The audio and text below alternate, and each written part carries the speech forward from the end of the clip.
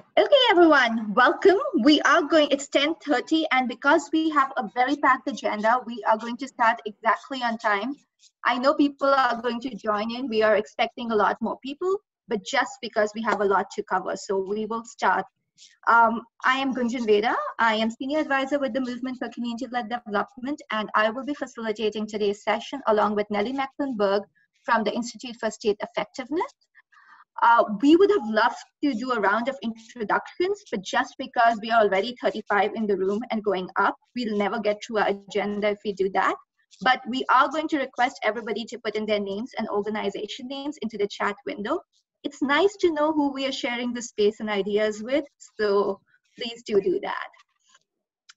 Before we actually get to the purpose of this meeting, I quickly going to go through some ground rules and logistics. Like I said, we have a very packed agenda today, which means we are going to be strict on time. So if speakers, you've been given 3 minutes, you will be cut off at 3 minutes. Apologies in advance. We are not trying to be rude, but we need to get through everything that we do want to accomplish today. Again, because this is a meeting, not a webinar, because we want to hear from everybody, but there are already 44 people on the call. If all of us speak together, there'll be chaos, not to mention all the feedback and noise. So we have put everybody on mute. But if you look at the Zoom thing, then if you click on participants, you will see a raise hand button. Anytime you want to speak up, share a response, share a reaction, please click on that raise hand button. It's under the participants link. Similarly, you will see a chat icon, a blurb with 3 dots. Click on it. A lot of our conversation will be happening on chat in terms of people putting in ideas and responses. If you cannot find the raise hand button, that is where you go and say you want to speak up. My colleague, Anne Hendricks-Jenkins, on the call is going to be monitoring the chat as well as the raised hands. So she will make sure that your voice is heard, that you get a chance to speak, or that your opinion is summarized and put in front of everybody here. So please use the chat button and use the raise hands button. When you do speak, please unmute yourselves first. So again, if you're new to Zoom, take a little bit of time to familiarize yourself with these 3 buttons: chat, raise hands, and mute. We will be using them extensively today. Please start with your name and organization name, and then mute yourselves when you have made your intervention. We will be recording, in fact, we are recording this session, and we will share the recording with everyone when this is done. We recognize that these are difficult times. We also recognize that technology can act up, and we are all coming in from different places. Technology is not most reliable, or connectivity in most of these places. So I ask that you be patient with each other and with us as we go through them. I'm sure there will be glitches that come up. So I ask for your patience. And most importantly, this is a brainstorm, which means that we are all here not just to take, but to give. And we need your brains here. So we are not looking for your intervention to provide us with that one solution that is going to solve all our programming challenges and problems. So we're not looking for the magic bullet here. No idea is wild. These are crazy times. We have crazy challenges, and that means we need crazy ideas to begin to solve them. So during the brainstorm, don't think about, is this practical? Is this, what am I even thinking? Nothing is too wild. Nothing is too impractical. Nothing is not allowed. So please share in the brainstorm whatever ideas that do come here. Quickly about the structure of today's meeting, we're going to start with a couple of polls. In fact, they will come up, the poll will come up on your screen in about 10 seconds or so, I think. Nellie already has them set up. And then Nellie is going to talk about the purpose of the meeting, and then we are going to move to challenges. We have 3 organizations who are very quickly going to share some of the programming challenges that they are facing. And then we move to barriers. All of you have received 4 of them in your agenda alongside the agenda sheet. We do breakout groups. We'll tell you more about them when we get there, but they'll be 30 minutes, each around 1 barrier. And then we reconvene, share what we've discussed in the breakout group, and brainstorm where do we want to go from here. So Nellie, if we can have the poll up, please. Absolutely. So let's just start with where are we all? So 10 seconds maybe to put in the answers, 10, 15 seconds, and then we will move.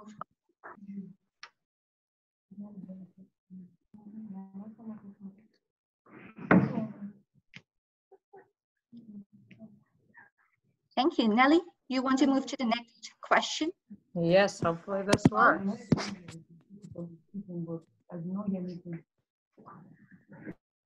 Here's the second set of polling questions. Thank you. So these are 3 questions. They will remain on the screen and you will be able to put in your answers. But in the meantime, Nelly is going to start with the purpose. And at the end of that, she will share the results of the poll. So Nelly, over to you. Thank you very much, Gunjan. And also thank you to everybody who's joining us in, I'm sure, very busy schedules wherever you are potentially self-isolating. So we've heard a lot from other movement calls, on blog posts, within our own organizations about the many ways that communities and community-led development organizations have mobilized so quickly to respond to the COVID crisis itself. Communities and organizations are sharing accurate information, they're distributing soap and supplies, they're setting up hand washing stations, distributing food and cash relief. So many amazing innovations that are demonstrating why CLD is so important and so valuable. And in fact, we're collecting these innovations on a Google document. You can see the link on the screen that Gunjan is sharing so that we can share some of these stories amongst ourselves and with others. But today's call is really not about that, actually. Instead, today we want to focus on how we can keep doing the regular work, the regular programming of CLD, of facilitation and social mobilization and trainings, which are at the core of the work that us and our teams and the communities we work in do every day and all year long. This kind of programming tends to rely a lot on face-to-face meetings and bringing people together to meet. But with COVID-19, that is very different. In a lot of places, people aren't supposed to travel. They're supposed to maintain social distance. They're under a lockdown. They're also really worried about meeting face-to-face and are dealing with social and economic impacts of both the pandemic and the policies that are being put in place. At the same time as there are these restrictions, this regular work, which of facilitation and social mobilization and training, which builds solidarity in communities, it addresses poverty and hunger, this work is where communities are helping to give the poor and marginalized within their own communities a voice, to have greater decision-making power. These are still very important. And in fact, they're really important to responding to COVID-19. So today the goal is to better understand what some of these challenges are that we're facing in our regular programming, and then to brainstorm how we can adapt our programming so that we can continue with this work. Because we don't know how long COVID-19 is going to go on. In many countries, the impact of it hasn't fully emerged yet, and hopefully it never will. But in the meantime, it is in some places, it may come back in waves, and there may be restrictions and real fear about it for a long time until a vaccine is developed. And that could be a year or 18 months or even more.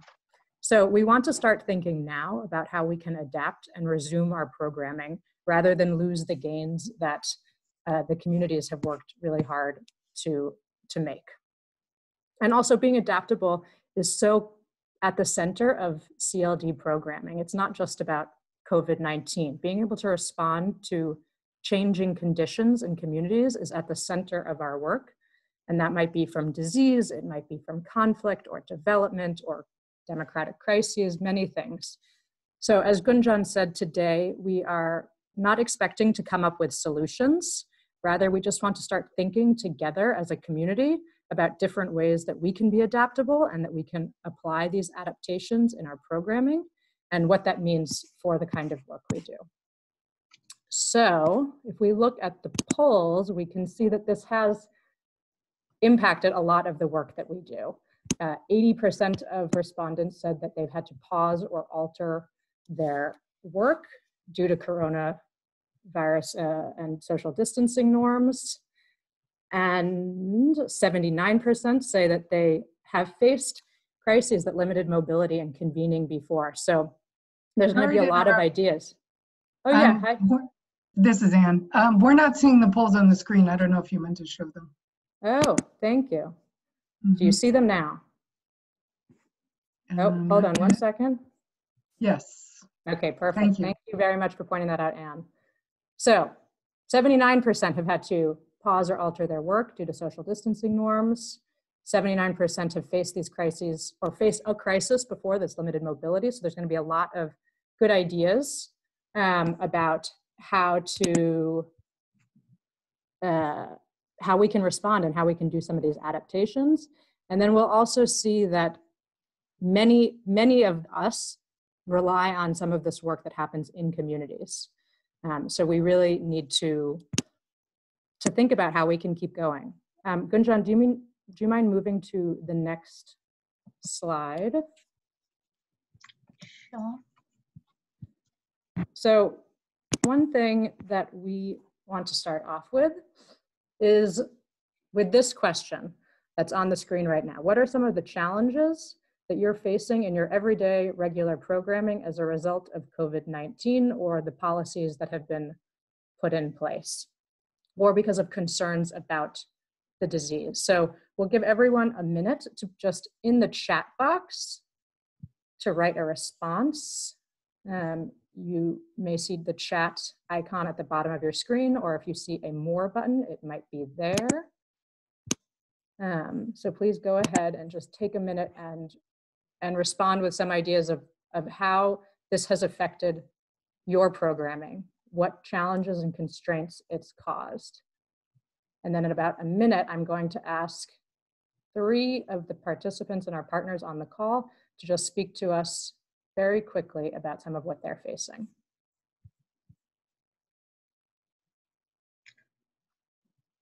Nelly, I had to take off the screen. Do you want to quickly repeat the question once? Yes, definitely. So the question is, what are some of the challenges or constraints to your regular programming that different policies, concerns, or effects of COVID-19 are creating for you and your organizations and the communities that you work in? Why have you had to halt or pause your work?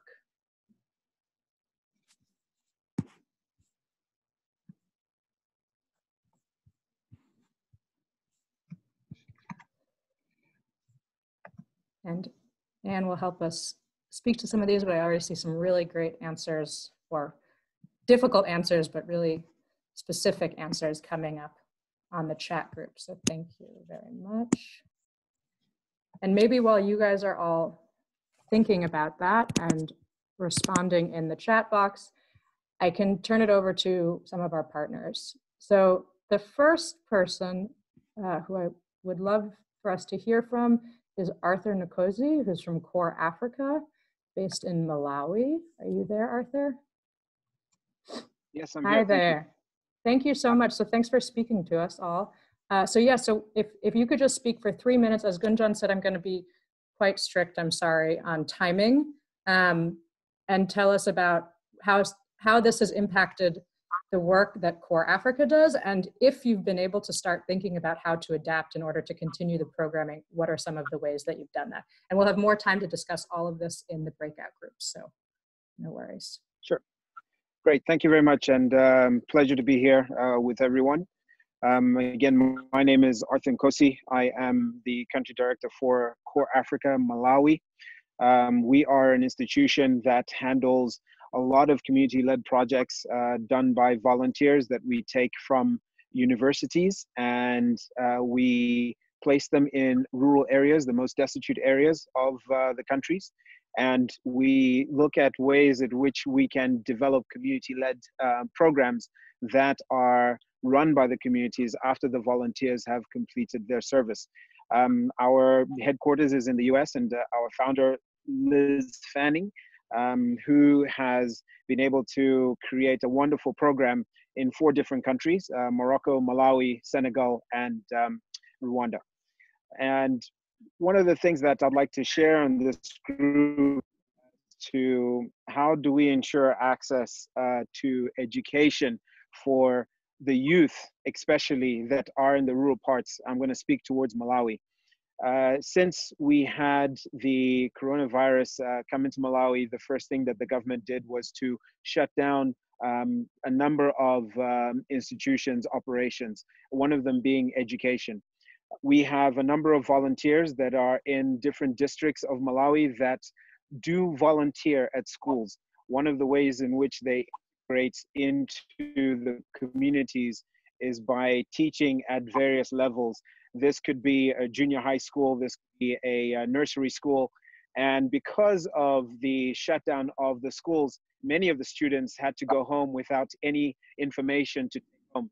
Now in Malawi, a lot of the privy people of the country are able to go on the internet.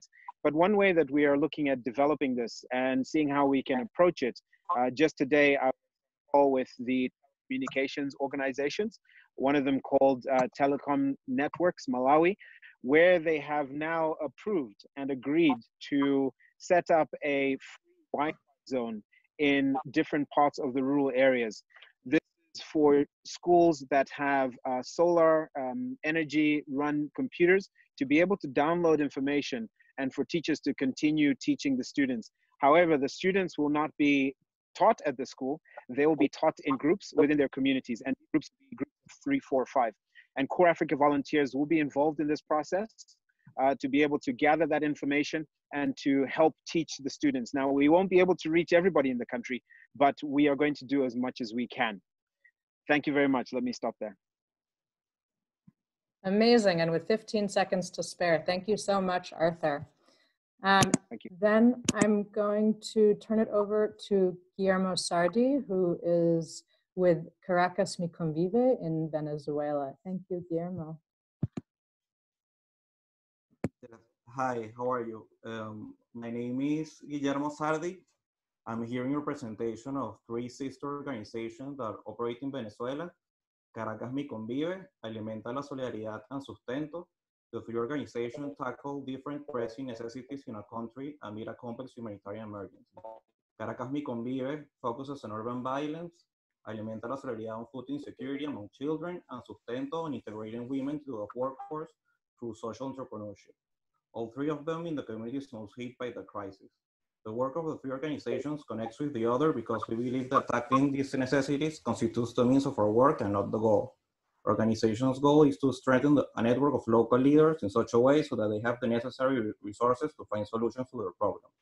Since March, our work has changed dramatically to the quarantine. Social inequalities have deepened in my country. Staying at home is a privilege that few can afford.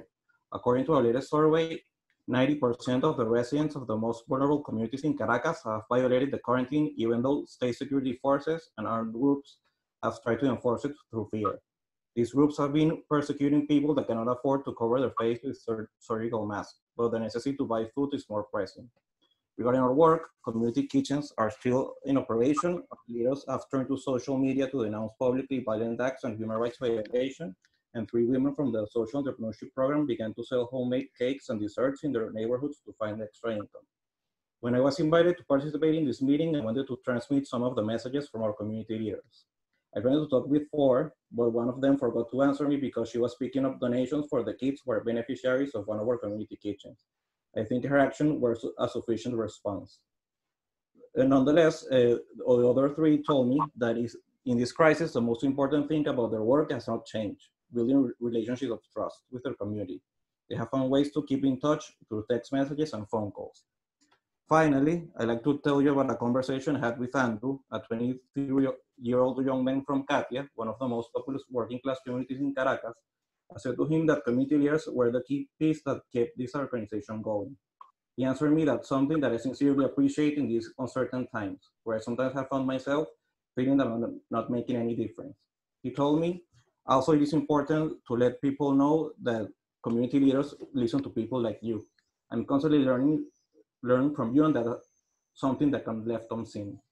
These crises have dramatically changed the way we work, but we value the responses our community leaders are having in this crisis. Thank you. Thank you so much, Guillermo. And the last person we would love to hear from is Emma Akello from Spark Microgrants and based in Uganda. Are you there, Emma? Hi, everyone. I'm here. And Thank you so much. thank you. Yes, I'm Emma Grace Akello. I work for Spark Microgrants. And Spark Microgrants is basically a systems change organization working in East Africa, in Uganda, Rwanda, Burundi, and also with some partners in Ghana and Congo. And our focus is mainly working with community partners and some partner organizations to empower local communities. And we do this through seed grant. Since March, how Uganda has been affected and our program has been affected across East Africa. We've had some government restrictions that do not allow public gatherings and also lockdown in the country. And this has impacted a lot our project activities in the fields. So the communities cannot meet as required. We have a facilitative collective action process that requires communities to meet on a weekly basis to plan for their projects, to do weekly savings activities, but this has not been possible. And as an organization, we've responded in quite a number of ways. So some of the immediate response strategies that we came up with is to suspend all organization travels. And also this means no field travels to visit our community partners, and also all community meetings suspended. And this means also our community projects were put on hold, and some of the strategies that we came up with and the strategy that we are trying to follow right now is to support the communities to come up with a preparedness plan. And we are doing this through supporting some government campaign processes like sending community SMSs to communities and also the community leaders, and also encouraging communities to come up with a preparedness plan. How we are doing this, because we cannot reach the communities ourselves, we are trying to use phone calls to talk to our community-based facilitators who then communicate to the community members themselves. And I think as an organization, this has also gotten us thinking to do some work around our systems gap, to come up with some systems that can help us remotely continue to support our community partners. Yeah, I think this is briefly what I can share about some of the things that we've done. And yeah, thank you. Thank you so much, Emma. And thank you to all three of you for sharing and for being so concise with a lot of information. Gunjan, I will pass it over to you as I prepare the breakout groups.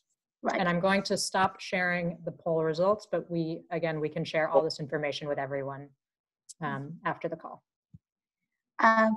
Thank you, everyone. Thank you to the three speakers for sharing and being concise, and to everybody who put in stuff onto the chat. I know there was a lot of very interesting information and a lot of stuff there. We've tried to pull some of it. Anne is monitoring it, and we'll make sure that everything that was said there is covered. But before that, I want to start with when you received the agenda for this meeting, you would have seen 4 barriers that we sent out: access, convening, procurement, service delivery related issues, and finally time and shifting priorities. So we realize that this is not an exhaustive list, and as we are seeing from some of the responses that are coming on chat, there are other issues, but these seem to be the primary themes that emerged when we had a lot of preparatory conversations with movement members and when we attended some of the other calls on this issue. So in order to give some structure to the meeting and to make sure we are productive, we identified these 4 barriers and categories. Access, I think a lot of people have talked about it. The fact that we are not able to travel to our communities, to our programming countries. The fact that a lot of our communities do not have access to mobile phones or internet. Or how are we reaching the most vulnerable? And the most, how do we reach the most marginalized and the most vulnerable in the communities? Because they really are the people who lack access most, right? So all those issues and challenges around access. Convening. One thing that a lot of you know about this research work that we've been doing for a year now, or collaborative research. And one of the things that has emerged is that most CLD programs rely on training, facilitation, community mobilization in some form or the other. What do we do about that in a time of social lockdown, social distancing, complete lockdowns, disinformation, misinformation, the fact that everybody from our own staff to community mobilizers to people in the community are afraid or are going to be afraid to convene and to meet for face-to-face interactions or group meetings. The third set of issues really around procurement and service delivery. Borders are closed. There are shortages of essential supplies. A lot of people in the chat actually talked about, not being able to get food or other equipment to the communities where they work and where it is important. Not knowing whether what we do counts as essential services, and so can our centers or our offices be open or not. All those sorts of issues. And finally, the fourth set around time and, shifting priorities. We haven't touched a lot about that in the chat, but this is an important segment, especially as we move forward, which is that a lot of our work relies on volunteering, right? Will people, as they take care of people who are sick, as they become caregivers, as they have to deal with their own livelihood priorities, will people have the time to engage? Our own staff, mobilizers, community members, again, applies at every level. So what I am going to do now is I am going to share my screen with you. And you will see what we've tried to do is that we have tried to capture some of, some of these responses into the sheet where we are looking at 4 categories. And then, of course, I've put in an others category because there are certain things here which are not covered by these 4. But particularly if you are from the humanitarian field, you will see 3 words here which will be very familiar: preparatory, response, and recovery. This is because we recognize that not all of us are dealing and our communities are in the same space. In some places, we are at the peak. We have lockdowns, and so we are in the response phase. But there are still a few places, especially in Africa, where we are yet to reach this peak, where we know that lockdowns are happening, but they are only starting now and in urban areas. So we have that small window of preparation before it's going to happen. So what are the kind of challenges we are going to be facing there? And finally, the world, we don't know when the pandemic is going to end, but what we do know is that even when it does end, the world is going to look very different from what we know of it. We already know that domestic violence is up. We know of ethnic tensions and xenophobia happening in places. So social cohesion is at risk and under strain. We know a lot of people are going to move into poverty, are going to face hunger. And all of this is going to have an impact on our programming, as are the delays. There'll be cost-related and other issues. So when we look at the barriers and the challenges that we are facing, and we are going to take a few minutes now to kind of flesh these out a little more and to speak a little more about these. But as we do that, and I see somebody doodling on my screen. Okay, so as we do that, think about it through these 3 phases. Think about some of the challenges that are coming forward. And I will leave this on, but Anne, I am now going to move to you to either recognize people who have wanted to speak up and raise their hands, or to see if we have summarized everything. So just for that, we'll give it a few minutes and then we will head to the breakout rooms. Anne? Hi, this is Anne Hendricks-Jenkins. I am a advisor with the Movement for Community-Led Development. I don't see anyone's hand raised, so if I'm missing your raised hand, please just go ahead and unmute yourself and speak up. The key themes that have been coming out so far are that all the programs are on hold, shifting gears and delays. I mean, a lot of things are just suddenly frozen, and a lot of people that I've been talking to have been describing how that's really affecting financial issues as well, because if you're getting reimbursed for your program implementation and then you can't do it, it's a pretty drastic situation. Mobilization restrictions mean that both countrywide programs, they can't reach their communities, and also communities are restricted from moving around themselves. Data collection is interrupted. That was both ongoing data collection, like evaluation data and other data, and then also data collection from what's going on in the in response to the crisis. Access to water, especially water for hand washing, issues of nutrition and food, especially where people are locked up. Getting up-to-date information on the unfolding situation in a country. It's, as we've all seen, just a glut of news, and it's hard to know what to make of the information that's coming, and also there's a lot of misinformation. Governments are preoccupied. We've seen this in many countries. They're so preoccupied with trying to figure out how to address the situation. It's really hard to get the CSO voice in there and the community perspective. Education is interrupted, as Arthur was talking about. There's a shift of everything shifting towards health, and there's obviously more to this crisis than health, and there was a lot of ongoing programming that was not about health, it's critical programming. And then what we see in northern Nigeria and some other places is that in situations that were already very difficult, everything is being terribly amplified with regards to the impact on the communities.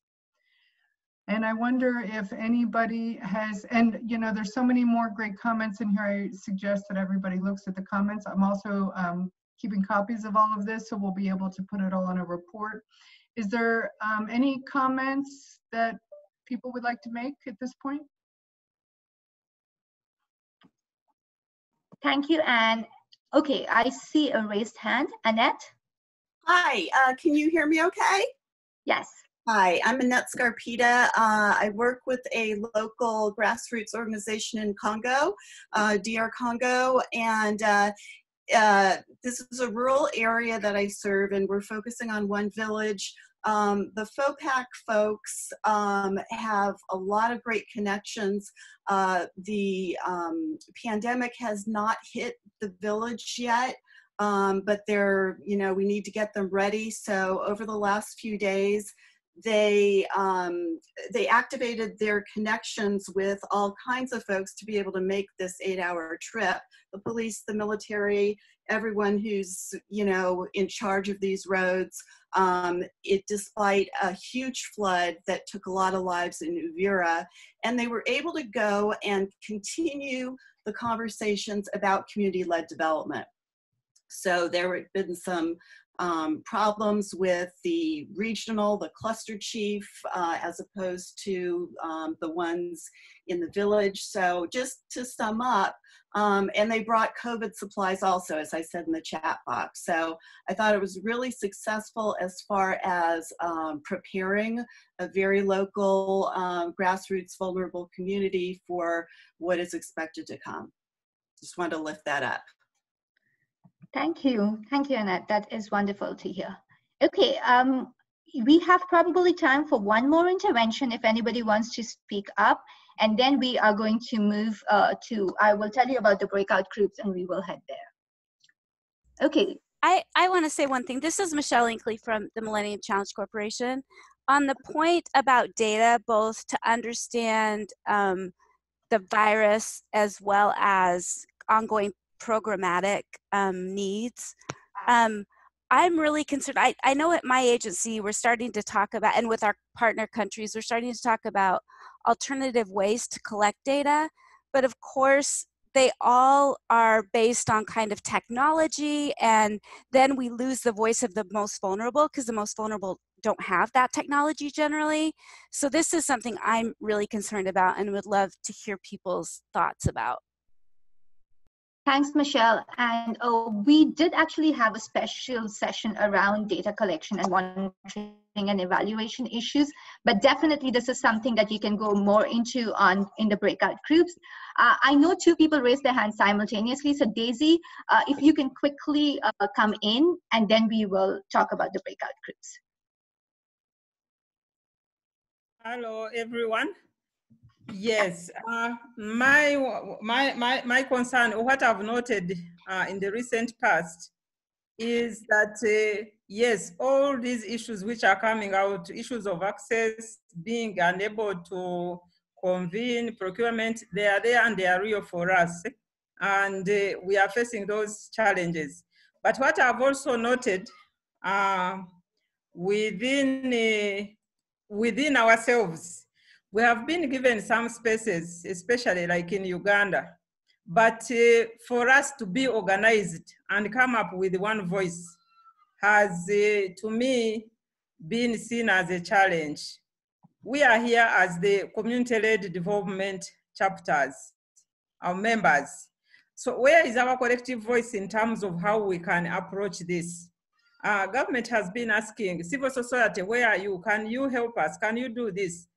We've tried to be part of the task forces, but still it's like sort of patching up. We are trying to come together at this time, and we find we can't stick together because I think somewhere we had some faults or we were not very strong to begin with. So to me, this is an area where I think we need also to look into to see how in the future or in other times we can be able to have be more organized to handle such a situation as one group. Because right now, if one organization goes, then the government is overwhelmed. This organization goes, then another organization, then the other one. So these are some of the challenges, I think, one of the areas which maybe I don't know whether I saw it coming up, but it is on our part, not necessarily what we are facing, and maybe which would have been easier if we had approached the government as one and say, we want to do this, or this is what we are able to offer. Thank you, Daisy. And that is actually a wonderful point. So and it was something which we hadn't reflected. I will add that to the sheets. So if you have other suggestions, this is a discussion that can carry on endlessly because we are all facing a lot of challenges, and we will have time to do this in the breakout groups a little bit. Nelly has been creating the breakout groups even as we go through this, and she will launch them soon. But before that, just a few quick pointers. And bear with me as I try and share my screen again. Here we go. So the breakout groups will be exactly 30 minutes. Each of the groups is going to have one facilitator and a note taker. The facilitators have already been given an Excel sheet for the breakout groups to work on. You will come back and each group will report to the main group, 3 minutes. You can decide who does that, but you will be sharing your Excel sheet. I have already pre-populated them with some of the programming challenges that have come. What we are doing in the breakout groups is maybe start with the challenges, but we're really looking at, okay, so what do we need for us, for ourselves, for our staff, for our mobilizers, for our community members? What do we need in order to be able to feel safe to resume our programming? What resources do we have available to do that? What have we learned from the past? And we did see in the polls that 79% of the people here said they have dealt with a similar crisis in the past. So what learnings do we have? And then this is where we go wild. What are some of the ways we can adapt? What ideation can we do? No right or wrong answers, remember. In the groups, remember to record. All the facilitators can record, so please record your sessions. And at the end of 30 minutes, you'll see a 60 seconds countdown, and that's going to then auto-direct you to the main session. So the transition window will pop up and we'll see everybody back here in 30 minutes. So happy ideating. And Nelly, can we launch the groups now? We can, and everybody just don't worry if you see a little screen pop up on your window for a moment, you'll be automatically redirected. Here we go.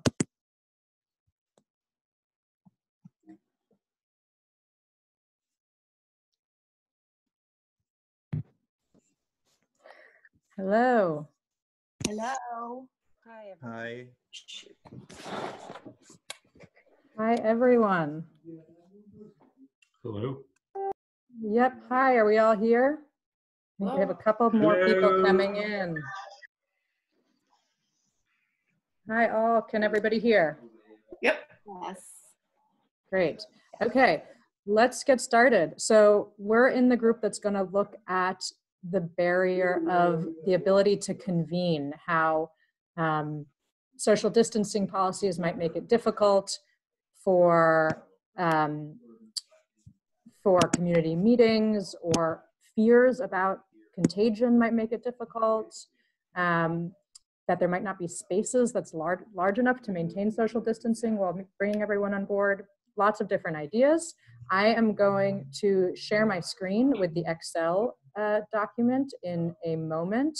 I also wanted to introduce Chris, who's going to be taking notes for us.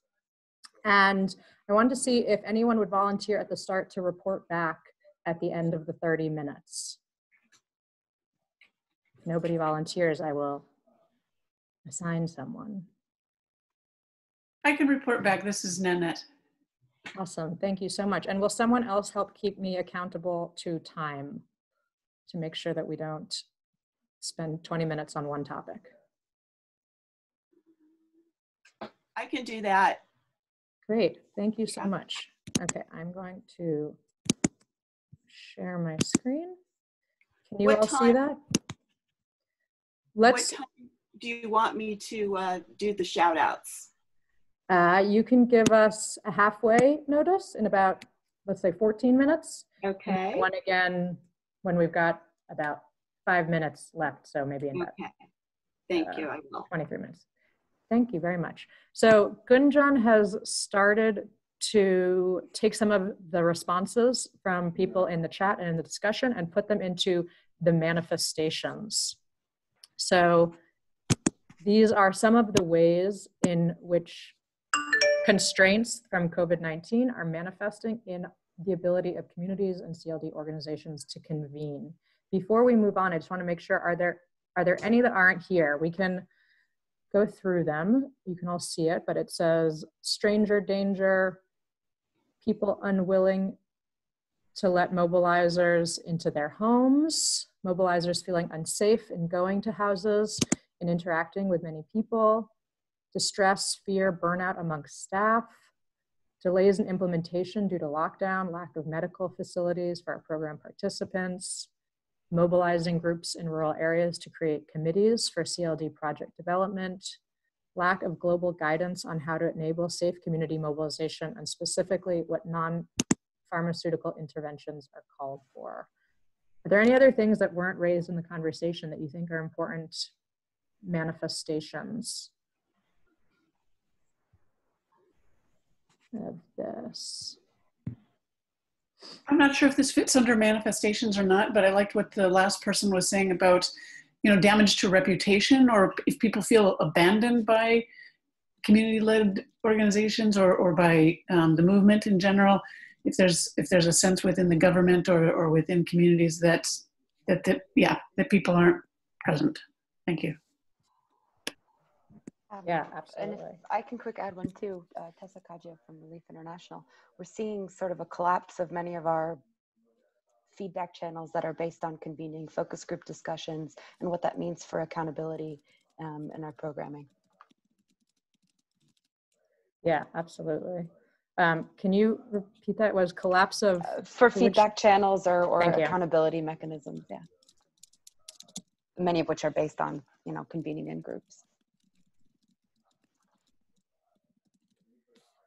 Yeah, and I am just speaking from my perspective. I thought the point that was raised about, what happens if we're relying too heavily on technology and only certain people within communities have access to that technology, and what that means in terms of the commitment to making sure that the poorest and most marginalized in communities have their voice heard. That if you're not meeting in person, what does that mean? I don't know if that's something that any of you have been thinking about extensively, but it's a question I've had. Yes, definitely. That's an issue with my work. There is no technology, no connectivity. So as the, if and when I should say, the corona reaches them, these very remote areas, how will they be able to communicate? Right now, they can do it with a lot of trouble with the phone.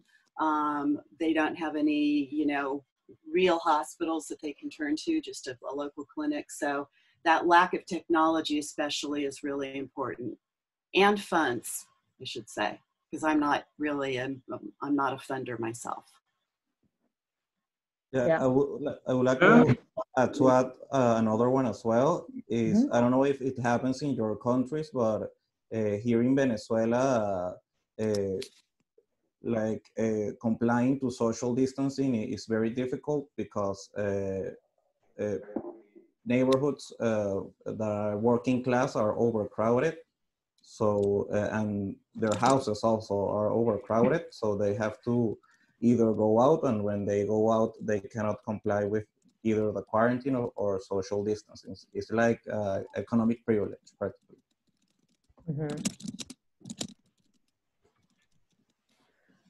Hello? Hello?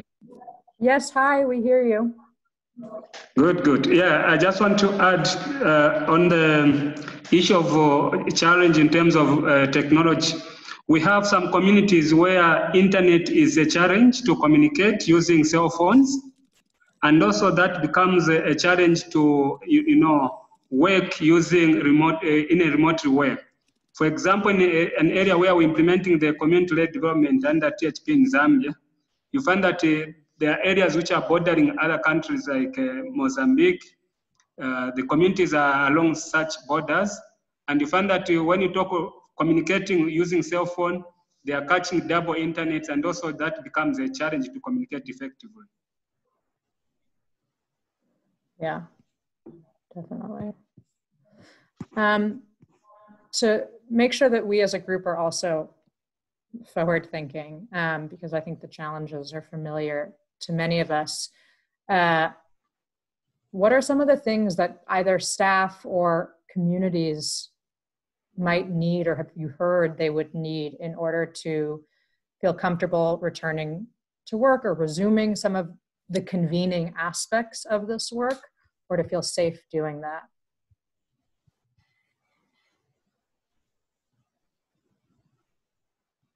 Has anyone heard anything from their communities that they work in, or staff saying, I mean, it could be things like, I would be comfortable going so long as I had sufficient protective gear, or rather it would be about having lockdowns. They don't want to go at all, or people don't want to convene at all until the government has changed the directives. Yeah. Oh, this is Michael Joseph from World Vision US. We've been getting a lot of concerns from our enumerators in Malawi and Zambia that they are not going to go to data collection tests unless there's a vaccine in place, which is impossible for all of us to know when or to comply with their needs. Thank you. Sorry, I am assigning people to groups as they show up, so apologies. Maybe a different, coming at this from a different perspective, because I haven't, maybe in our health facilities is where we see people being fearful and concerned because they are dealing with the pandemic on the front lines. But I almost at this point still worry more about staff not taking it seriously enough, or partners not taking it seriously enough and actually continuing to do the same kind of convening practices. We've got nutrition mobilizers in Darfur, for example, who up until recently I think are still doing their household consultations, and sort of a fear on our end about how do we ensure compliance with safe convening practices, because it's not necessarily, I don't know that we've gotten to that fear stage everywhere yet. I think many parts of the world don't feel affected by this yet and are continuing business as usual until instructed to or required to do otherwise. I don't know if other that way too. I would agree with that observation, and I think a lot of our field staff and our teams in the field are sort of concerned and driven by the concern of proper reporting or meeting on reporting needs by different grants or funders, and how that will sort of create a conflict when they get to the point of having to turn in data or having to sort of meet these deadlines, but also figuring out how to best minimize the risk of spreading the virus into the communities that we work. And I think from our end as a sort of global support staff is figuring out what are the procedures or measures that they should be taking now or preparing now for when they do get to the point of being able to travel out into the field. Or if the instruction is that, you know, we shouldn't sort of expect that to happen as soon as we'd like.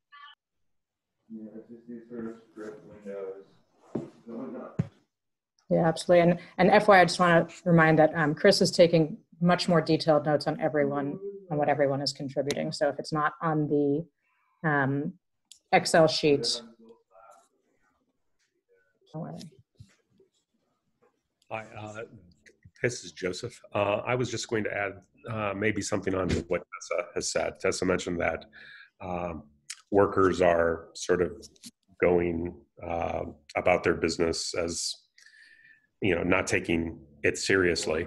I think even if workers on the front line are taking it seriously, there's the fear that others in your community are not, right? So for you just kind of that it may be staff line are concerned that everybody safe distances, etc.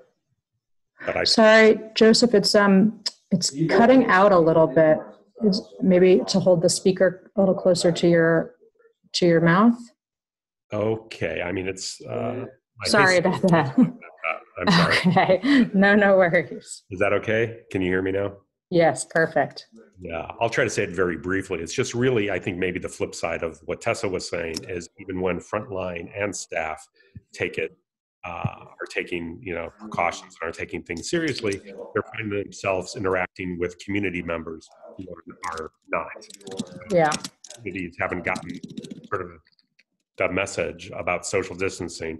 I even going to, you know, when I have to go out to a grocery store or something, I'm still, you know, I'm wearing my mask. I'm being, you know, at a safe distance, but you're seeing a lot of people aren't.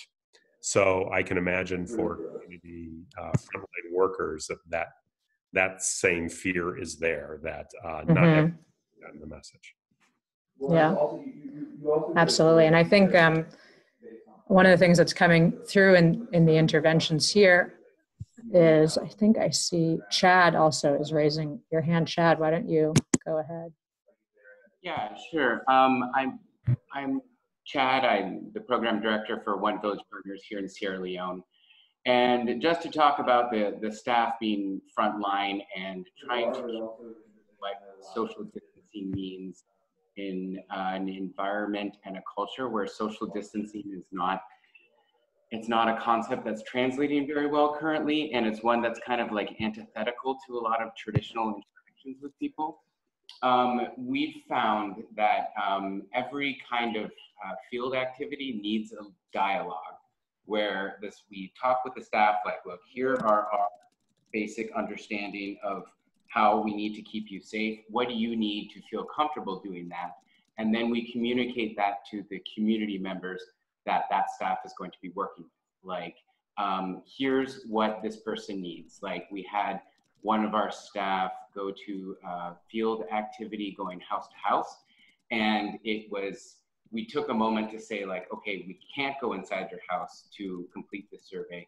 We need you to come outside of the house. And that turned into a whole learning discussion with that beneficiary as well, where the staff was able to say, here's what social distancing means. Here's why it's important that you practice this.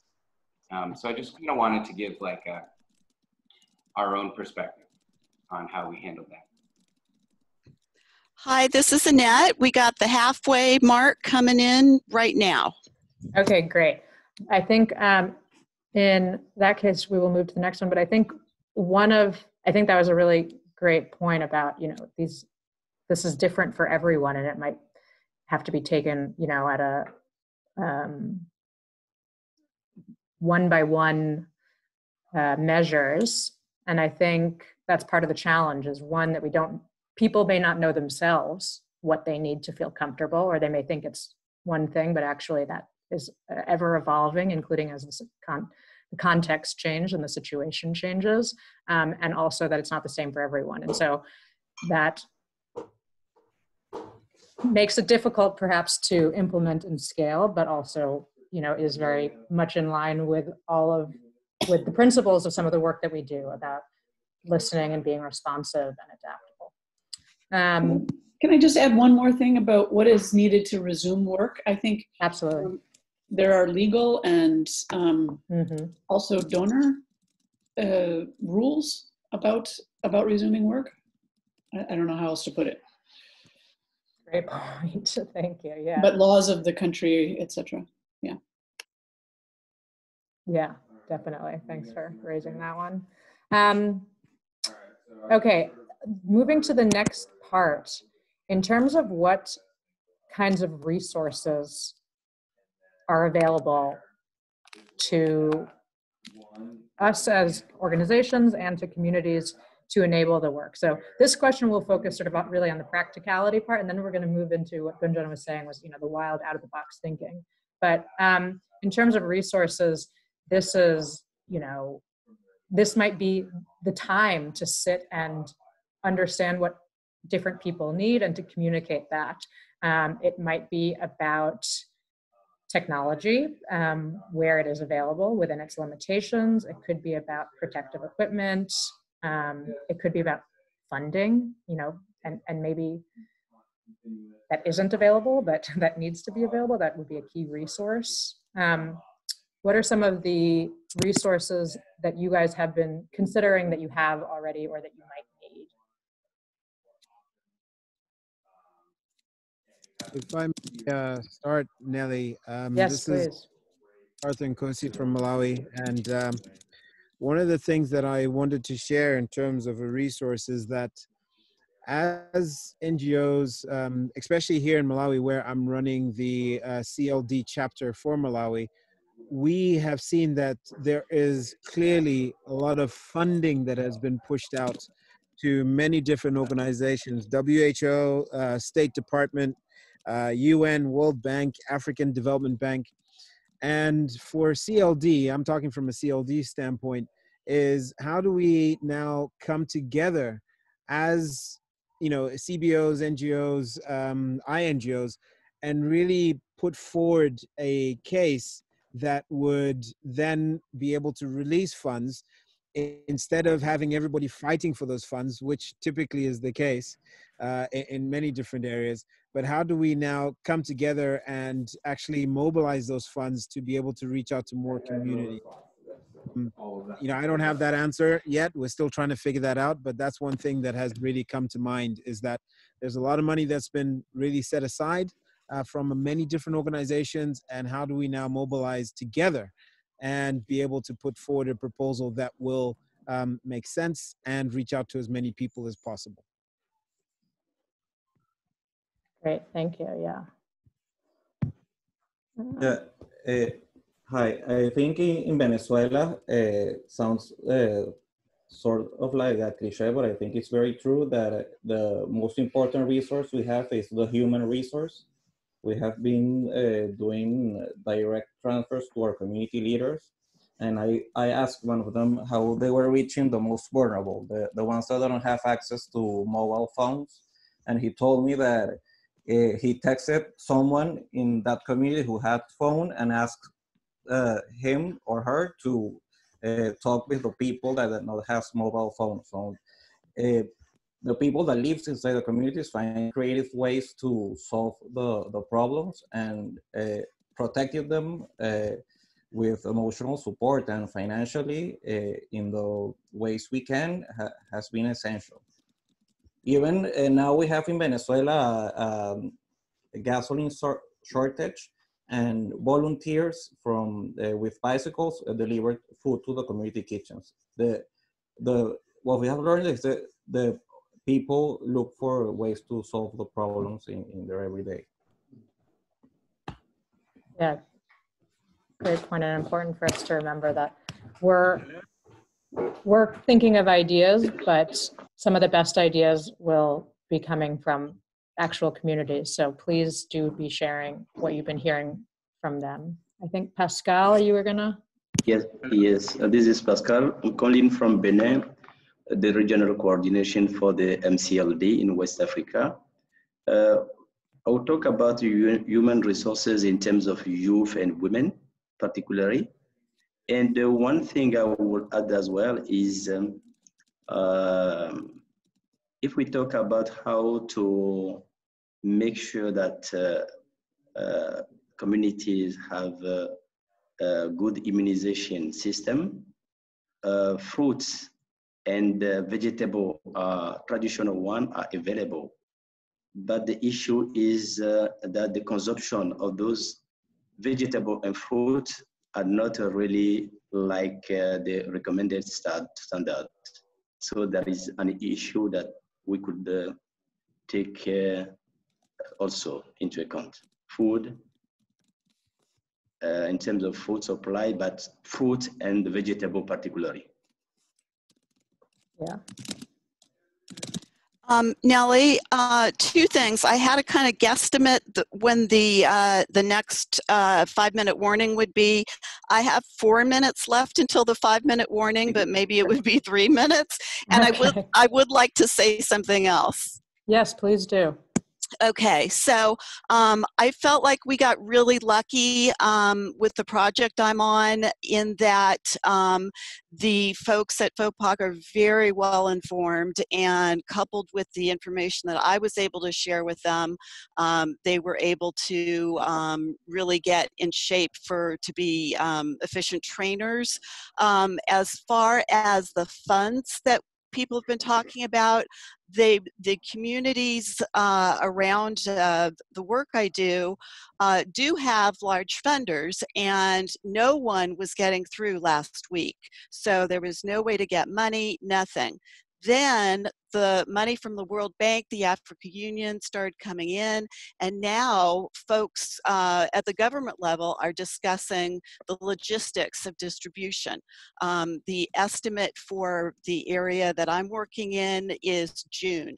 And as far as I'm concerned, that is way too late. So what we did was I bit the bullet and I got some money out of my savings, which I don't like, and paid for a trip for them to take. They were able to get access to UNICEF to purchase equipment that is going to be distributed to do this training. So I felt like we hit it really lucky between they're able to get the equipment, and then they were working in unison with the Army, the police, the local authorities every step of the way, like checking in every 30 minutes. So they really, everything was in their favor. So just to respond to the others who are, working on the large scale side, I would suggest that you really get to trusted folks on the ground at the grassroots level and try to work with as many local authorities as possible. Yeah, thank you. And Arthur, I see that you have your hand raised, and Chad previously did too, so over to you both. No, that's okay. My hand was raised for the previous question, but that's okay. Let's move forward. Okay, and Chad, did you? Yeah, I think it's mostly been already answered a little bit when talking about resources and talking about community leaders finding creative ways to solve the problems. I mean, I think this kind of goes back to the core of what community-led development is all about, really. We found out here in Sierra Leone that it's been way more effective to kind of present the problem to community leaders in such a way that they're like, well, there's got to be something that we can do about it too, and find ways to provide targeted support to those groups of people. And the right kind of ideas, the right kind of resources can really go a lot further when it's coming directly from the community themselves, and traditional leadership infrastructure as well. I think that's often kind of overlooked, but when it comes to this kind of crisis, it's about getting everyone to understand it, first of all, before we talk about government resources. And we found working with traditional authorities and traditional structures has been really helpful out here. 30 seconds left for the 5-minute mark, I believe. I'd like to just say something about information, and accurate, complete information is one resource that's needed to people to get information about the virus, about protecting themselves, about what's happening, but also in lots of different languages. Yeah. And for people who are not literate, making sure that this information is accessible to them. Absolutely. And thank you, Annette. We will move to the last point. And I just wanted to say to Chad's comment, just from my own observation in our own work, which is in Afghanistan, where there's very active, involved CDCs in parts of the country, and some that haven't been quite as active in other parts of the country, but that, precisely as you say, working with the elders and the traditional authorities has been super key in all of this. And it's also sometimes a bit of a challenge because they can be some of the most vulnerable because they tend to be the older members of communities. So finding that balance. Okay, so then, oh wow, we had 2 more sections. I failed at my keeping track. So quickly on lessons learned, we were going to just think about some of the ways that people have dealt with this in the past, that their organizations or communities have had to deal with social distancing.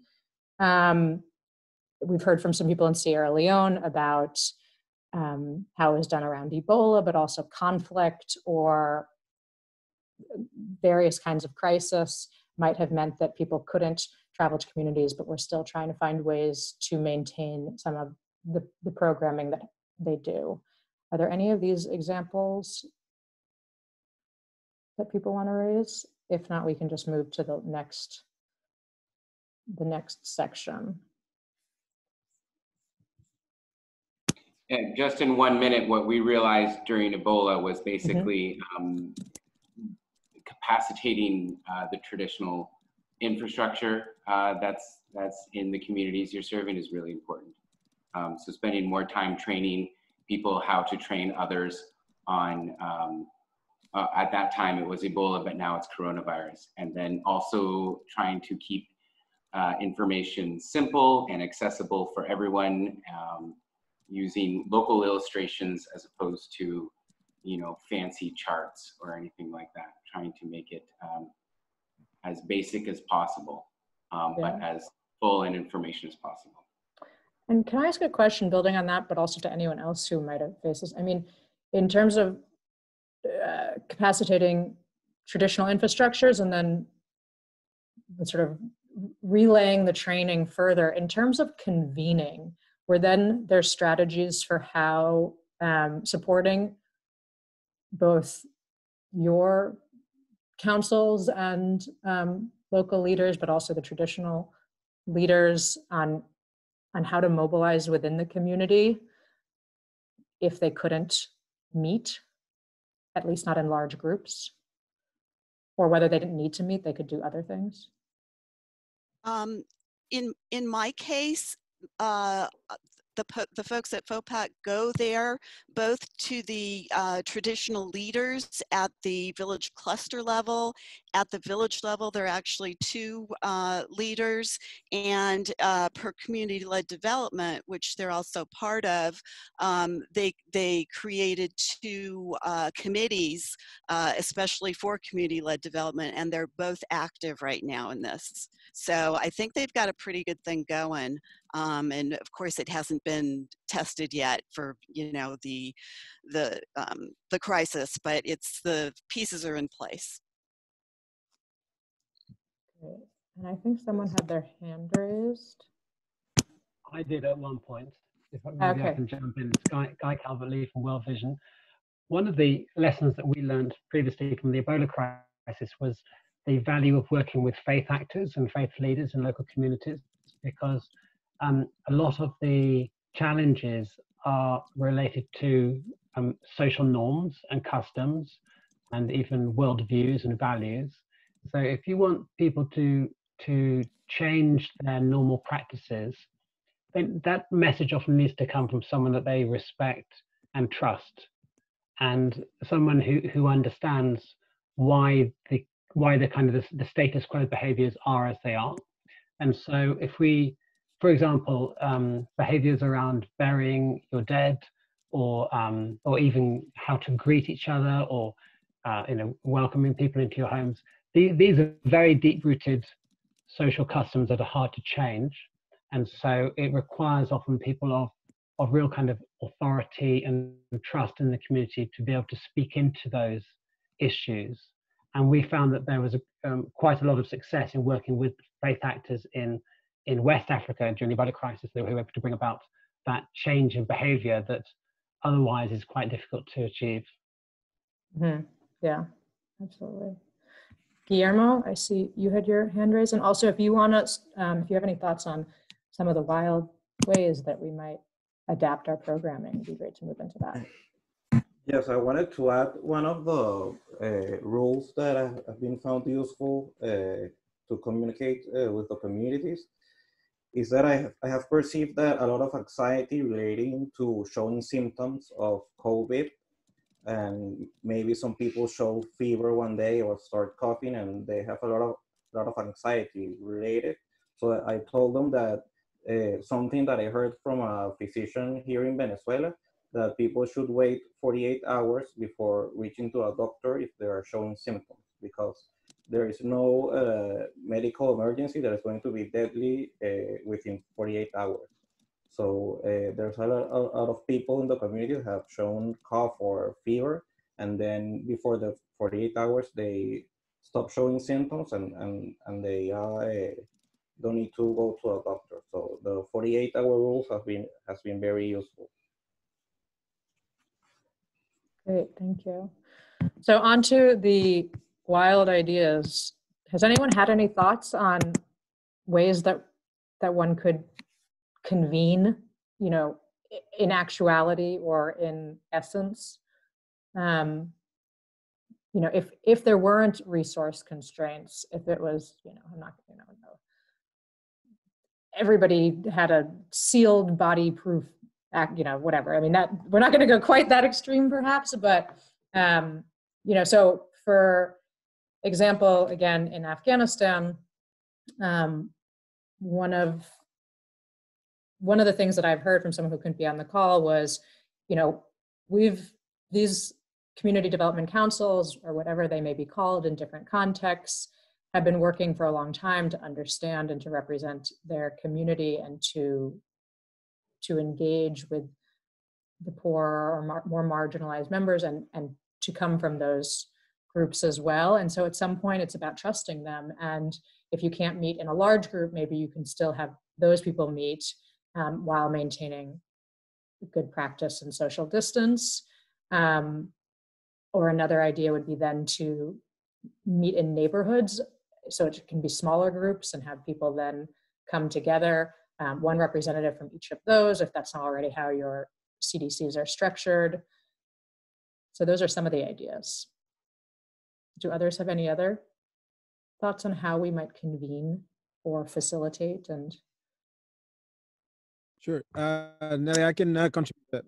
Again, this is Arthur from Malawi. One of the things that we're doing here and in other countries is working in the communities, especially in the rural communities, is we've taken the idea, and I think most of this is being done elsewhere as well, the distancing, social distancing. You'll find that, if you go into a banking hall, most banks here are still open. People are still going into banking facilities. People have put in signs like stand here. Communities, what volunteers have done is taken just a chalk or a lime and just drawing circles in where they're meeting with community members. Because typically the trend has been, or the tradition has been, we all sit down together very, very close to each other in like a cluster. And now we have to, change the mindset and sit, in the distance. And so education, again, is very key to really understand why are we doing social distance. How do you actually measure social distance, especially in the rural areas? How do you define social distance? I mean, we talk about it, but sometimes you really need to bring it down to the ground level and really explain what social distancing is and why are we doing it. So we've implemented some of those strategies. And when it comes to the education where students can't now be in a big area, and we've broken them down into clusters, students will be, maybe 5 to 6 students who are meeting on a ground, and we draw those circles around so that everybody is at least 2 meters away from each other, and they can still talk to their friends, still learn, and so on. So these are some of the things that we're trying to do within our communities. Whether it's working, we're still yet to see. Great, thank you. And it's really specific and clear. Just very quickly, when during Ebola time here in Sierra Leone, one of the things that when it's a complex disease and wasn't easy to understand, and I think in some ways coronavirus is a little bit more difficult to understand. We spent some time talking about how they would define the disease themselves, and there were lots of we were helped out because this was something that was going on in other communities as well. And we're trying that also with coronavirus. Part of what we're hosting these kind of, just like Arthur was saying, these kind of like smaller groups that we would normally work with, who would then work with another small group, who would then network out to another small group. That's the kind of model we're trying out in terms of getting people educated and in terms of doing some kind of basic tracing of who's coming into individual rural communities and who's leaving. We're also trying to get them to talk about, how would you describe social distancing in your own language? And so that would be Mende out here, to get people to think about it in a different kind of way, because it's different than, even to us, it's called social distancing, but it's not really about removing yourself from society. It's more about physical distancing.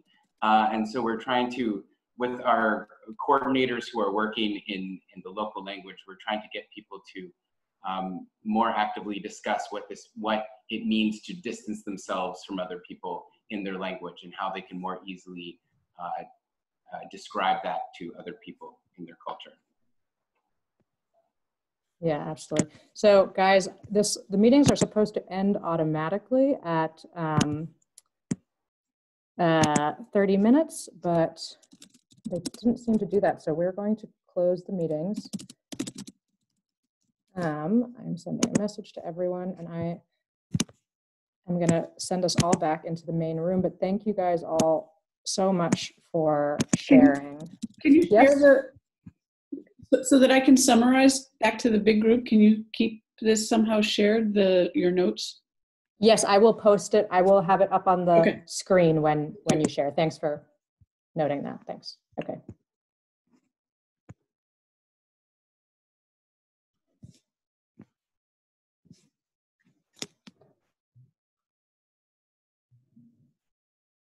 All right, I see everyone is coming back. I know a lot of people, at least in our session, we had a lot of people who were, who still had ideas and who wanted to speak. So please put in your ideas if you were not able to share that into the chat box so that they are still recorded. But because we are really running behind schedule, despite trying to make this super quick, we are going to start with the groups and ask them to present. So from the first group, who will be presenting? Group 1, you're up. If you have 3 minutes. We will be very strict on time. And I am going to share my screen so that we can all see what you have come up with. And you're welcome to do this in less than 3 minutes if you can, of course. That's always nice. Okay, well, we had some fascinating discussions. We had folks working in developmental contexts, folks working in conflict, northeast of Nigeria, and people working in Kerala.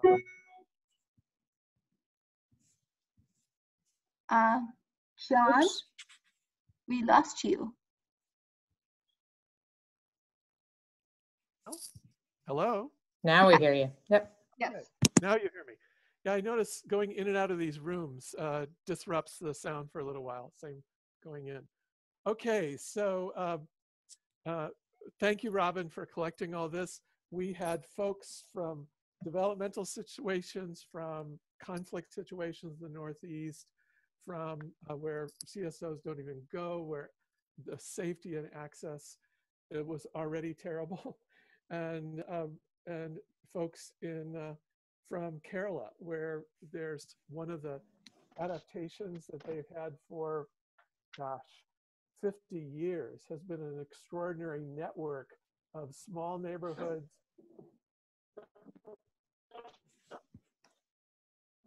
John, we can't hear you again.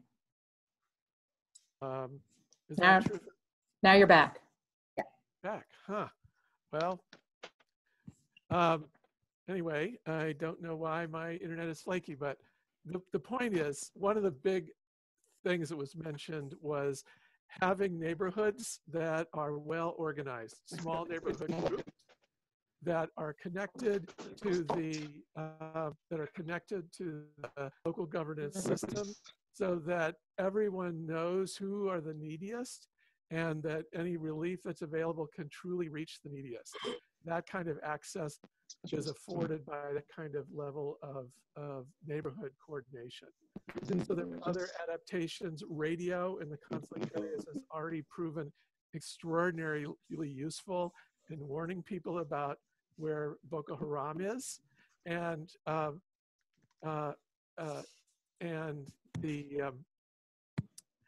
is now also very, very useful for getting out messages. We also spoke about access to hand washing, because people depend on pumps, hand pumps, and that's going to have a handle touched by 150 people a day. So making sure there's a tippy tap or some hand washing station. And the promise was made to send everyone information about how to construct zero-cost tippy taps. Great. Thank you, John.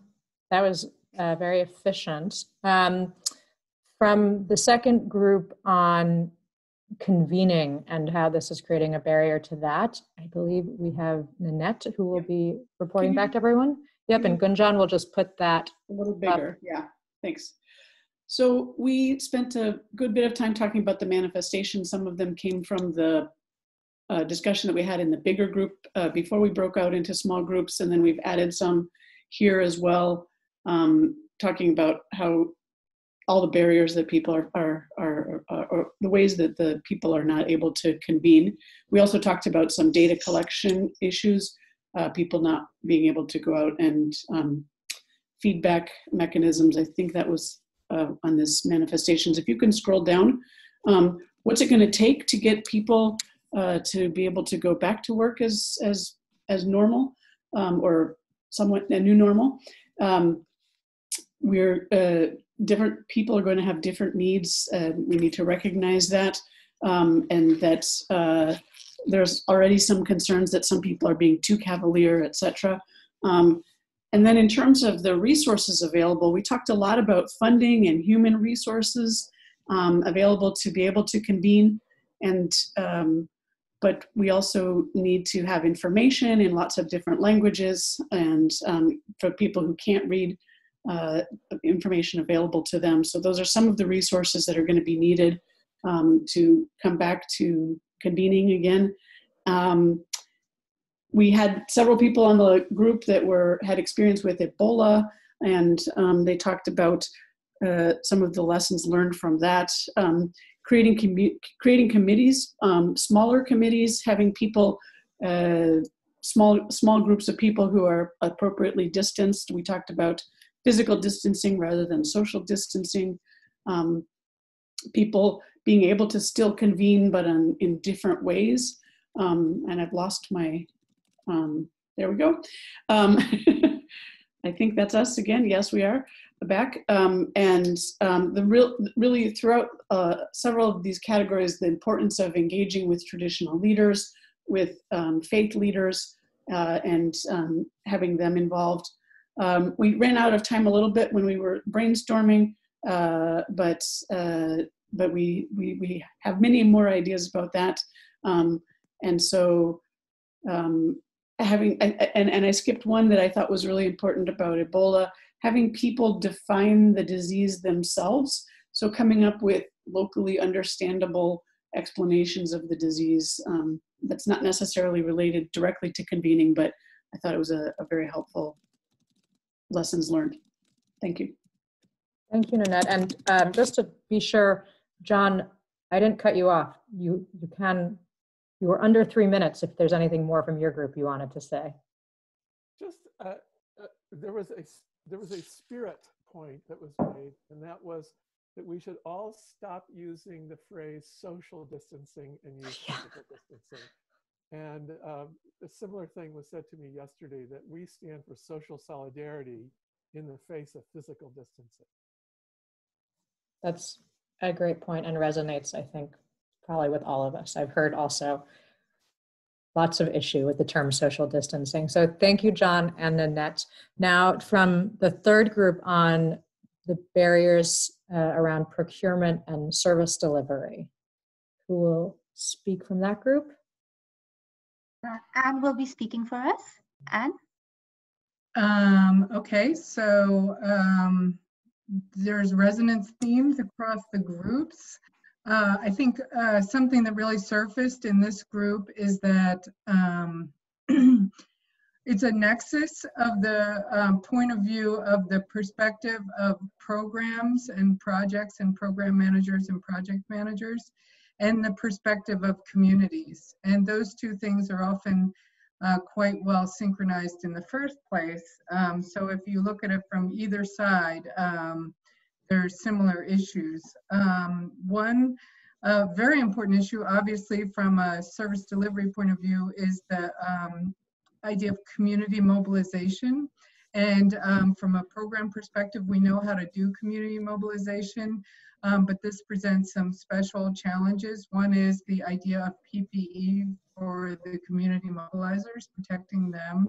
The second is even just starting with the PPE, you've got stigma issues as you're trying to raise awareness around what is COVID and why do you need PPE, and that it's highly contextually sensitive with regards to helping local people understand it, including the ideas of indigenous language and the local circumstances that would affect the issue. So that's the community mobilization piece.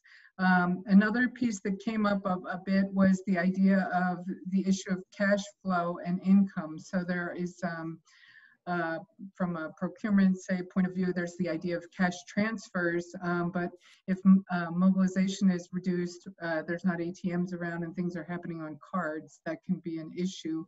And then the other part of the cash flow issue is the income that gets interrupted with the communities that we're trying to deliver services to, many of which have to do with entrepreneurship. So that then intersects with the idea of food availability.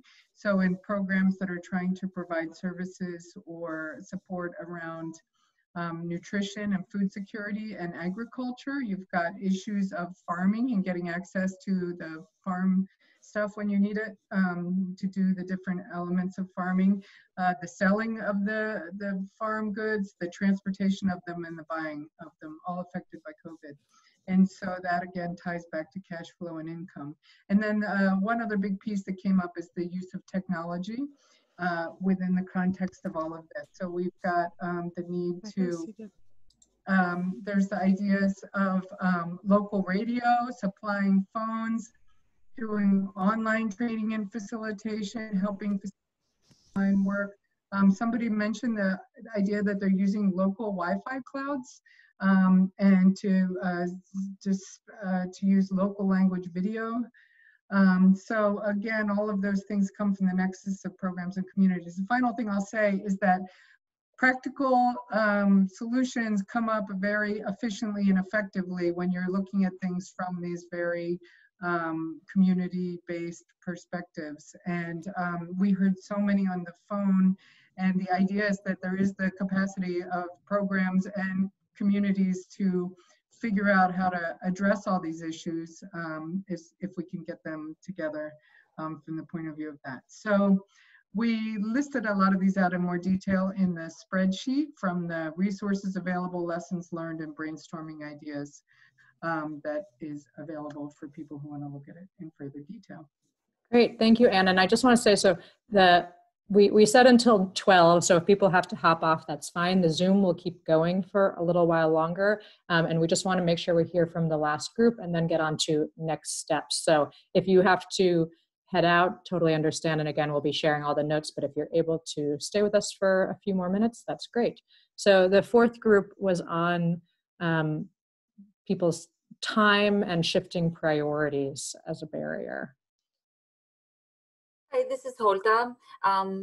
Unfortunately, we weren't able to finish all the questions, but as we spend most of our time discussing on some of the manifestations that we see, and in addition to a few of those manifestations that were already mentioned in the larger group, what we see and what was a worry among our group, it's that we see that activities and programs are moving from multi-sectorial and holistic approaches of development to just being focused on COVID.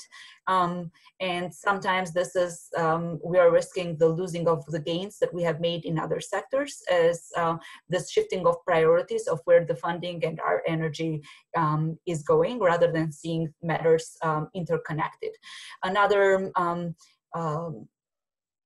overarching theme of our discussions was the general fear that it perpetuates not only the communities, but the communities and ourselves, this uncertainty about the future, that it's actually causing a lot of the paralysis and also causing some of the shifts that we are seeing. And that's something that needs to be addressed head on if we want to see that this shifting of priorities and what we are currently experiencing actually has it's addressed adequately.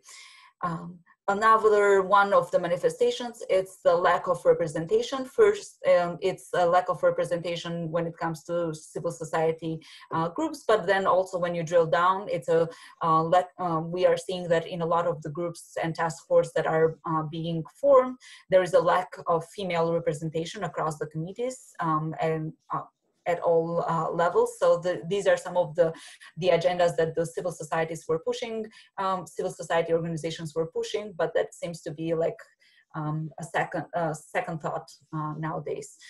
Then there is a lot more that you can read through the spreadsheet. When we looked at what needs to be done, in a way jokingly, but not jokingly, we said a vaccine, something that helps us all move forward. But more, what you will see, what we listed as part of what's needed to feel safe and resume, it's a lot of these are also dealing with like more of like accepting some of this will be normal reality. So maybe the online researches and sharing of best practices, it's not only something that it's for a time like this, but it's something that we should harness for a longer time.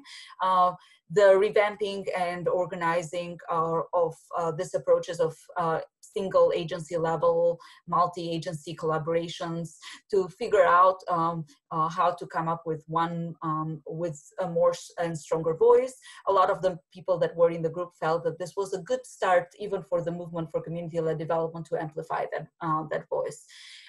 Can we go slow down, and I'll just take seriously less than 30 seconds.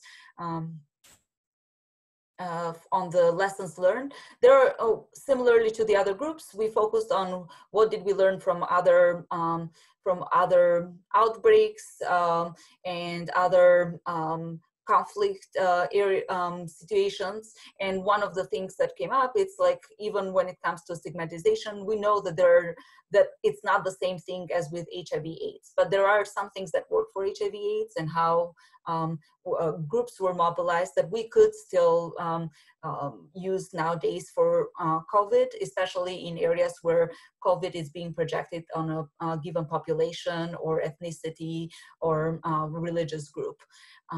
And then a lot of the things that we already shared, like the localization of materials, using of pictorials, keeping in mind that we're not, that we have to deal with, we have to cater for those that are most vulnerable and how the information can be passed on to them.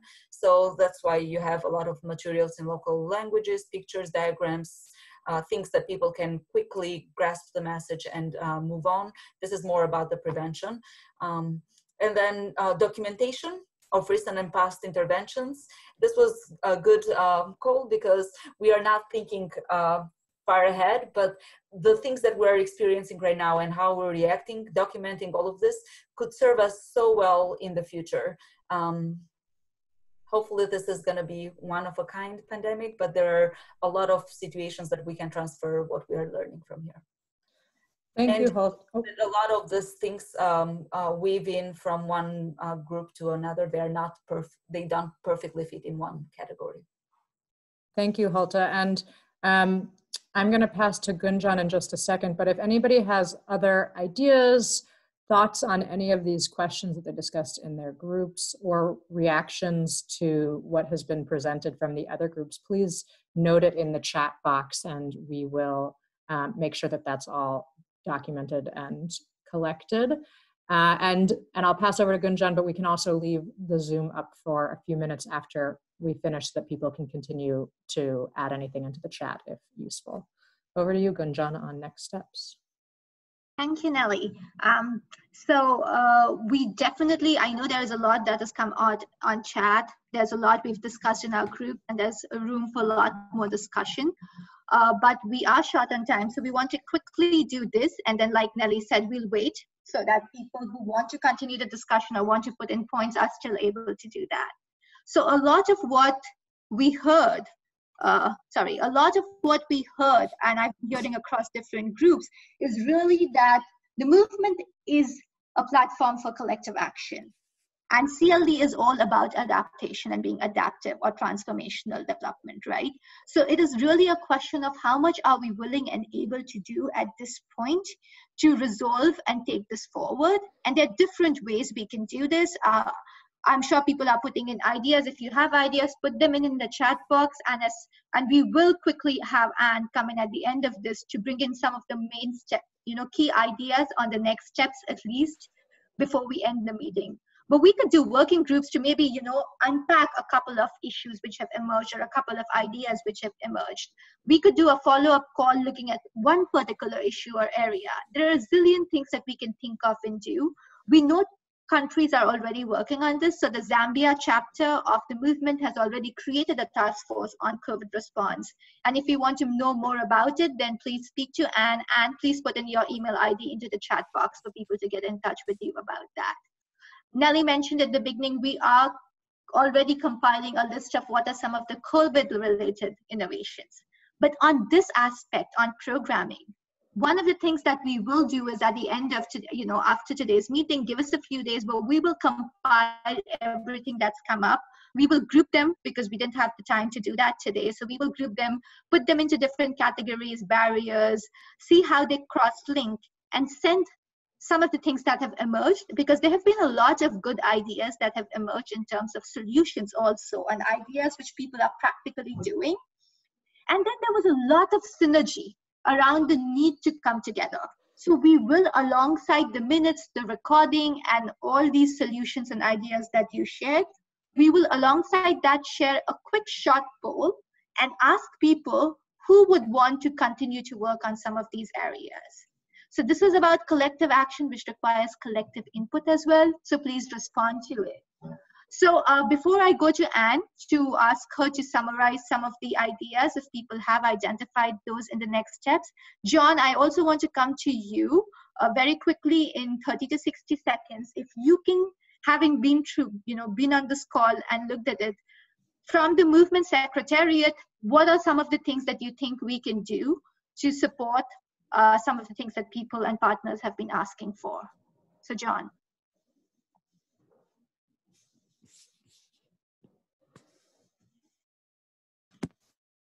Do we still have you, John? I'm here. Can you hear me? Yes, now we can. Okay. So I want to thank everyone on behalf of all of the movement that isn't here, and particularly to all of the people who haven't really been part of the movement. So I just want to urge everyone to please go to mcld.org, Movement for Community-Led Development.org. Go under About Us and subscribe so that you get our updates. And also there's, as you'll see, there's a huge section where we've done a big listing of resources and approaches from all different sectors for community-led response to COVID-19. This call and a lot of the elements of it will be extremely valuable, and we'll try to reference it all there so that that should be a resource to everyone. So that's one thing that we can do. And then we have our global call on with Mercy Corps 1 week from tomorrow, and everyone who's subscribed will get a reminder of it. And they are going to be talking about really this issue of measuring social capital. And so that should be really interesting. I know questions came up during this call on measurement. And certainly a lot of comments came up on building social capital. So thank you again, and I'll pass it over to Anne. Yeah, and if you could quickly share, especially if there have been any ideas around the next steps, has there been any interest in convening or what those are, and then maybe summarize in a minute if there are any very key ideas that came up in the discussion that we missed out on. Thank you. Well, there's a lot of interest in the spreadsheets, both getting access to them and adding to them. So that's one thing that we can do, share those along with the notes that we put together. Also, I think, you know, there's just a lot of interest in, oh, somebody does mention knowing and recognizing CLD members who have been infected in the line of duty and sharing their stories in order to encourage us. It's a really touching idea. We did have a Hunger Project person in New York who was down for 3 weeks, and she's all better now and feeling great, but it was no picnic. So I think it is one of the important things to help people believe it's real is when you know someone or you know someone who knows someone who has been infected with COVID. So Diana also recommends follow-up groups based on the moments that we identified today, and maybe they'll change or adapt. So it does seem like there's a lot of material covered here, and breaking up into groups that could follow up would be important. I want to add from the perspective, just very quickly, of the national chapters. We have national chapters in many countries, and the countries we don't have national chapters in, we have people who are forming national chapters, including Dr. Rebecca and others on this call.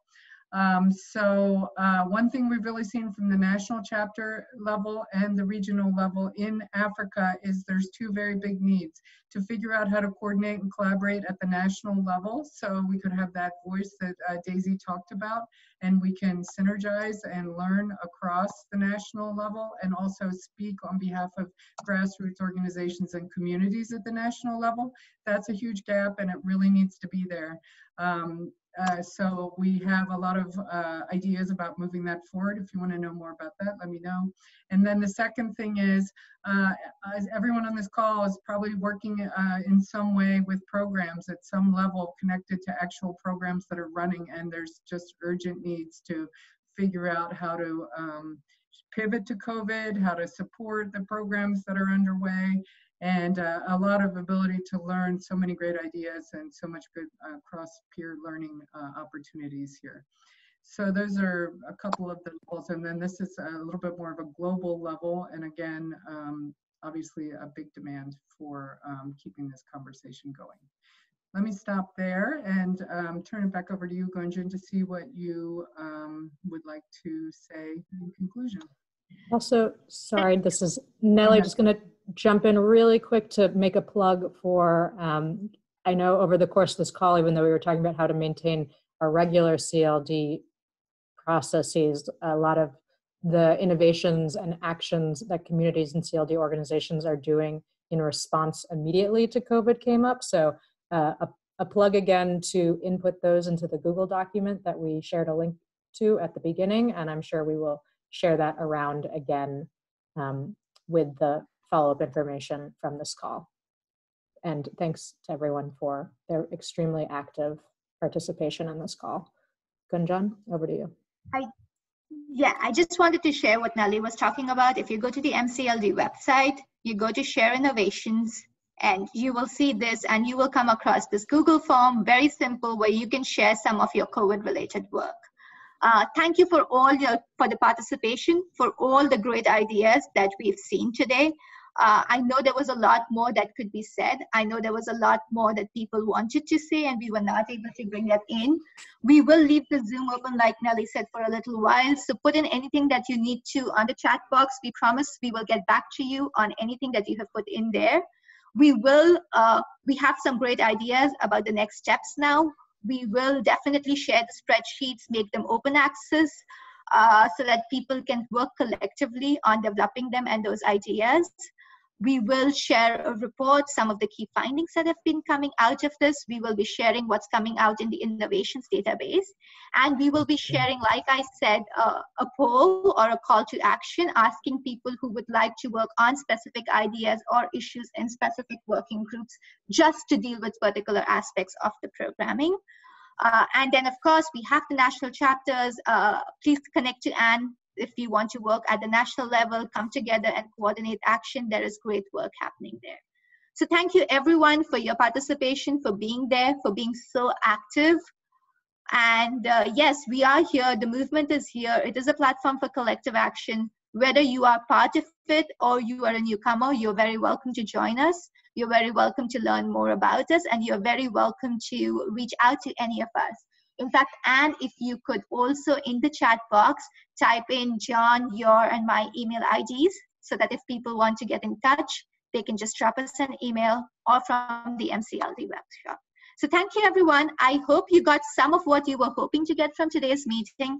I know I got a lot more than I was hoping to get from today's meeting, so at least I am really, really happy. But now, even as we put in what we want to put into our chat windows, any messages, if people want to, as they say, bye, say whether they are happy, whether they got what they wanted from here, please feel free to unmute and do so.